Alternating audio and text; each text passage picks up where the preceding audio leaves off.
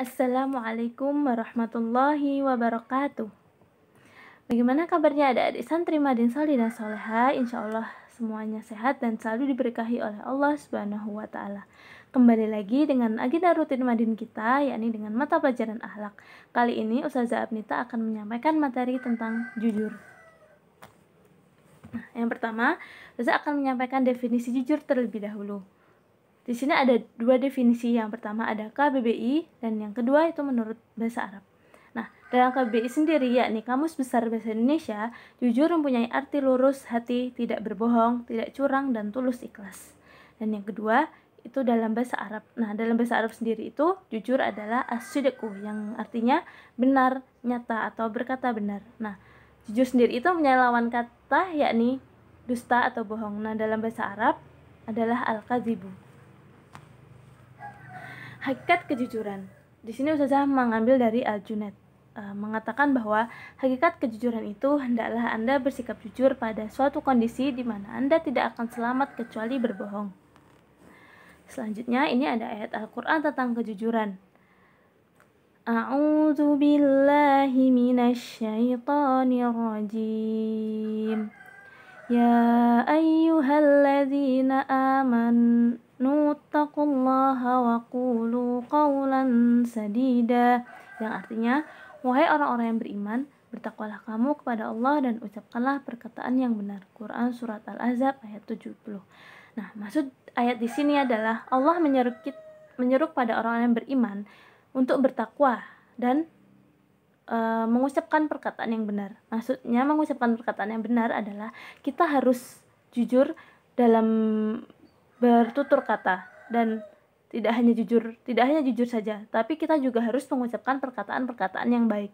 Kita tidak boleh mengucapkan perkataan yang bisa menyakiti orang lain, perkataan yang tidak baik seperti itu. Jadi kita harus, selain berkata jujur, kita harus juga berkata dengan baik dan benar. Selanjutnya ada ini ada macam-macam kejujuran. Di sini ada 3. Yang pertama itu ada ketulusan hati atau kejujuran niat. Nah, maksudnya di sini ketika kita melakukan pekerjaan maupun kita dalam hal bertutur kata, apapun yang keluar dari lisan kita, hendaklah kita diniatkan itu semata-mata untuk mencari ridha Allah. Utamanya ketika kita dalam melakukan sesuatu. Semisal contoh seperti adik-adik mengikuti kelas Madin seperti ini. Ketika adik-adik meniatkan hati dengan tulus, dengan niat yang baik, dengan niat yang lurus, hanya mencari ridha Allah, insya Allah ketika adik-adik mengikuti kelas Madin seperti ini, insya Allah adik-adik akan mendapatkan pahala serta juga mendapatkan ilmu yang disampaikan. Yang kedua itu ada kejujuran lisan. Nah, maksudnya di sini adalah ketika kita bertutur kata, ketika kita menyampaikan suatu kebenaran, maka kita harus menyampaikan hal-hal yang benar dan hal-hal yang tidak menyakiti orang lain. Dan ketika pun kita menyampaikan suatu ayat, kita juga harus menyampaikan ayat itu dengan baik dan benar. Kita juga harus menyampaikan, oh ini dari ayat ini, surat ini, seperti itu. Ada hadis Nabi yang berbunyi, qulil haqqa walau kana murra. Katakanlah yang hak walaupun itu batil. Nah, ketika kita jujur, meskipun itu sebenarnya kenyataannya nanti pahit, tapi lebih baik kita jujur daripada kita berbohong. Maka ketika kita berbohong, maka akan membawa dampak pada diri kita. Kita akan merasa tidak tenang, merasa bersalah, dan selalu mungkin dihantui dengan rasa-rasa bersalah, dan itu akan menambah dosa kita. Jadi kalau lebih baiknya kita harus bertutur kata yang baik dan benar dan jujur. Seperti ada lagi hadis Nabi menyampaikan bahwa ketika kita beriman kepada hari kiamat, maka hendaklah kita berkata baik atau diam. Nah, daripada kita mengucapkan kata-kata yang tidak baik, mengucapkan kata-kata kotor, berkata yang bohong, lebih baik kita diam saja. Karena apa yang kita sampaikan pasti akan diterima oleh orang, dan orang pun pasti akan percaya dengan apa yang kita katakan seperti itu. Lebih baik ketika kita tidak mengetahui sesuatu apapun, tapi kita ingin menyampaikan, lebih baik kita diam saja daripada kita menyampaikan hal-hal yang tidak jujur seperti itu. Selanjutnya yang ketiga, jujur dalam bekerja. Nah, Allah Subhanahu wa taala berfirman, "Wa qur rabbi adkhilni mudkhala sidqi wa akhrijni mukhraja sidqi waj'al li min ladunka sultanan nasira," yang artinya, dan katakanlah, ya Rabbku, masukkanlah aku secara masuk yang benar dan keluarkanlah pula aku secara keluar yang benar, dan berikanlah kepadaku dari sisi Engkau kekuasaan yang menolong. Nah, Quran surat Al-Isra ayat 80.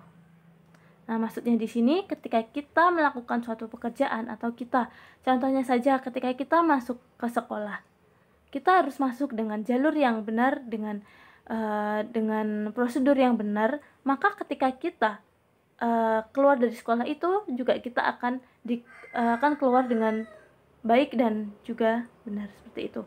Dan sebaliknya, ketika kita memasuki atau mendaftar sekolah tapi kita melalui jalur yang tidak dibenarkan, maka dalam sekolah pun kita akan merasa tidak tenang, dan ketika keluar pun bisa jadi kita tidak mendapat apa-apa seperti itu. Jadi ketika kita melakukan suatu pekerjaan, maka niatkanlah pekerjaan itu dengan niat yang tulus, hanya dengan mengharap ridha Allah, tanpa mengharap imbalan dari siapapun seperti itu. Insya Allah ketika kita melakukan suatu pekerjaan dengan ikhlas, maka Allah akan memberikan pahala kepada kita, dan kita pun akan mendapatkan apa yang kita inginkan seperti itu.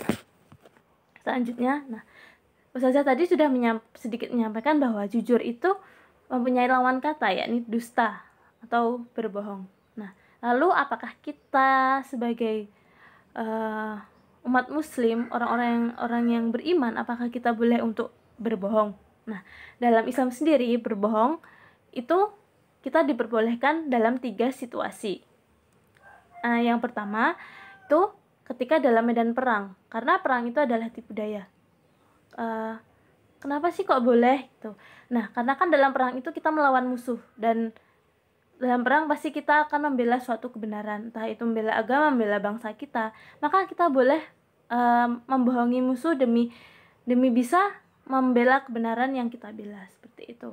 Yang kedua, itu mendamaikan antara 2 orang yang berseteru.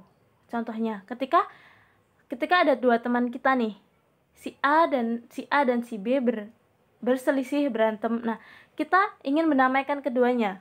Nah, salah satunya kita bisa menggunakan cara ini, yakni si A bercerita kepada kita bahwa dia sedang bertengkar dengan B, maka kita bisa menyampaikan, oh si si B itu menitip salam loh kepada kamu, dia bilang kamu tuh orangnya baik seperti itu. Terus maka otomatis kan si A akan mempunyai pikiran yang baik kepada si B. Begitupun juga kepada si B, ketika si B bercerita kepada kita, maka kita pun juga bisa menyampaikan, oh si A ini baik loh kepada kamu si B, seperti itu. Maka kan antara A dan B ini akan timbul rasa positif kepada temannya. Oh, ternyata si A baik ya, oh ternyata si B baik. Terus dengan seperti itu kita bisa mempertemukan 2 orang ini, dan mereka bisa saling memaafkan seperti itu. Jadi ketika kalian menemukan teman kalian sedang bertengkar, maka kita boleh berbohong demi mendamaikan keduanya seperti itu. Dan yang ketiga, ini adalah berbohong kepada istri. Nah, di sini contohnya ketika ayah dan ibu kita mungkin sedang berselisih pendapat. Nah, si ayah ini ingin membuat ibu ini merasa senang, ibu kita merasa senang, hatinya merasa senang. Nah, si ayah boleh nih mengucapkan kata seperti ini. Oh, ibu ini cantik, ibu ini baik, seperti itu. Wah, makanannya enak. Padahal sebenarnya makanannya itu mungkin agak asin atau mungkin hambar seperti itu. Tapi demi ingin menyenangkan hati seorang istri atau menyenangkan hati ibu kita, maka ayah kita boleh mengatakan seperti itu. Nah, adik-adik, tahukah kalian bahwa kejujuran itu paling tinggi derajatnya setelah kenabian? Karena jujur ini termasuk salah satu akhlak Nabi. firman Allah Subhanahu wa taala dalam yang berbunyi, a'udzubillahi minasyaitonirrajim, wa may yuti'illaha war rasula faulaika ma'al ladzina an'amallahu 'alaihim minan nabiyyina was-siddiqina wasyuhada'i was-shalihin wa husna wa ulaika rafiqa.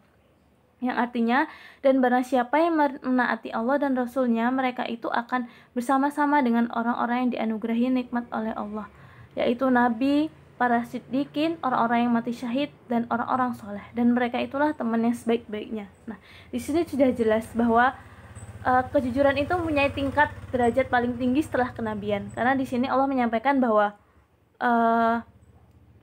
orang-orang yang dianugerahi nikmat Allah itu ada nabi, ada para siddiqin, ada para syahid, dan orang-orang soleh. Jadi ada kata siddiqin, ya ini orang-orang yang jujur.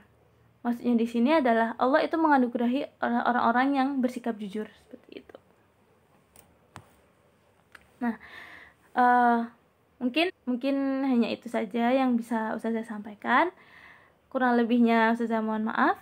Wassalamualaikum warahmatullahi wabarakatuh.